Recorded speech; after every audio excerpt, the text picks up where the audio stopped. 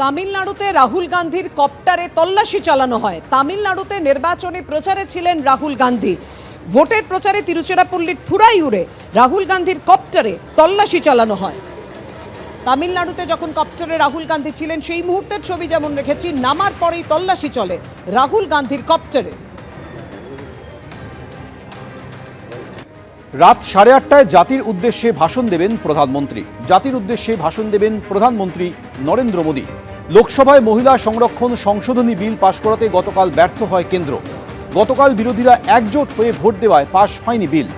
আজ রাত 8:30টায় জাতির উদ্দেশ্যে ভাষণ দেবেন প্রধানমন্ত্রী নরেন্দ্র মোদী।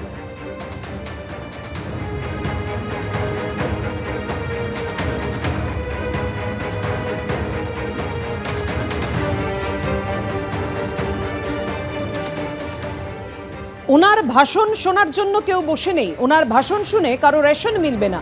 আর কি বলেছেন মমতা বন্দ্যোপাধ্যায় দেখুন। কালকে হেরে গিয়ে বাবু আজ জাতির উদ্দেশ্যে ভাষণ দেবে। ভাষণটা কি? মিসইউজ। দূরদর্শনটাকে কবজায় নিয়ে নিয়েছে। আগে রাজীবজির আমলে একদিন দেখালে বলতো রাজীব দর্শন, আর এখন ওটা মোদি দর্শন হয়ে গেছে।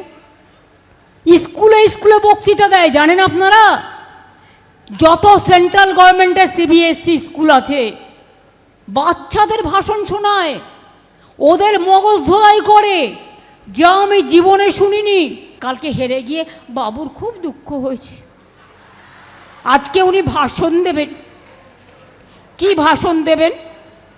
আমার মা বহন কো লিয়ে নেই পাস কিয়া। আরে ওটা মিথ্যে। সামনে রেখেছে মহিলা আর পেছনে ছিল কয়লা। আপনারা কি জানেন? মহিলা বিল তো সেপারেট বিল। মা বোনদের সম্মান না করে আপনাদের অসম্মান করছিল। মহিলা বিলের মধ্যে ঢুকিয়ে দিয়েছিল ডিলিমিটেশন, যার পরে করতো এনআরসি, এবং আপনাদের সবাইকে ডিটেনশন ক্যাম্পে পাঠানো হতো। চক্রান্তরা ধরতে পেরে আমরা সবাই মিলে জোট বেঁধে কালকে ধরাশায়ী করেছি। আগামী দিনও বাংলাকে টার্গেট করেছে বলে কাল ধরাশায়ী করেছি, আসছে দিনও করব। এরা যত তাড়াতাড়ি যায়, বিজেপি মানে দেশের সর্বনাশ। তাই গণতন্ত্রের মাধ্যমে এদের করুণ বিনাশ। বাঁকুড়া বিধানসভার বিজেপি প্রার্থী নীলাদ্রি শেখর দানার হয়ে প্রচারে রোড শো করলেন যোগী আদিত্যনাথ। বাঁকুড়া শহরের লালবাজার থেকে মাচানতলা পর্যন্ত রোড শো করলেন উত্তরপ্রদেশের মুখ্যমন্ত্রী।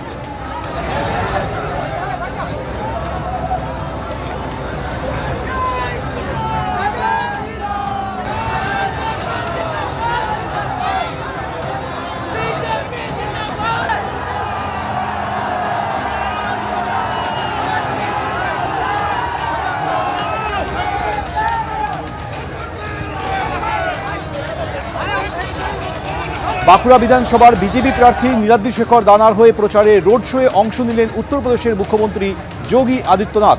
বাঁকুড়া শহরের লালবাজার থেকে মাচানতলা পর্যন্ত রোড শো করলেন যোগী আদিত্যনাথ।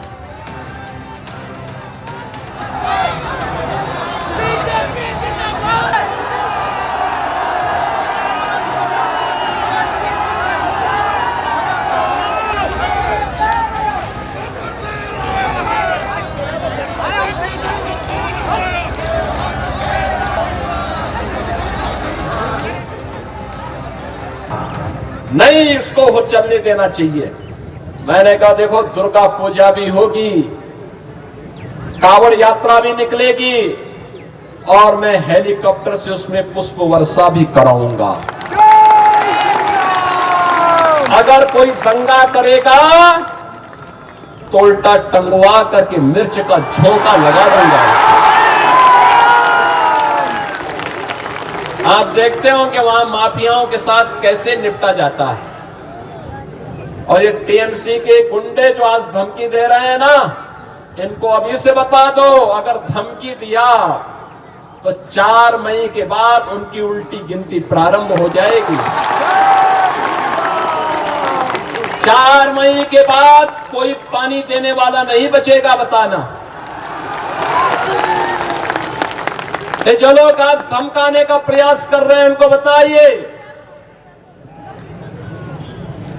4 मई उनके लिए अंतिम वार्निंग है। और डबल इंजन की सरकार बंगाल के अंदर बनेगी तो यहाँ के हर गरीब को उसका हक मिलेगा। এবিপি আনন্দ এগিয়ে থাকে এগিয়ে রাখে।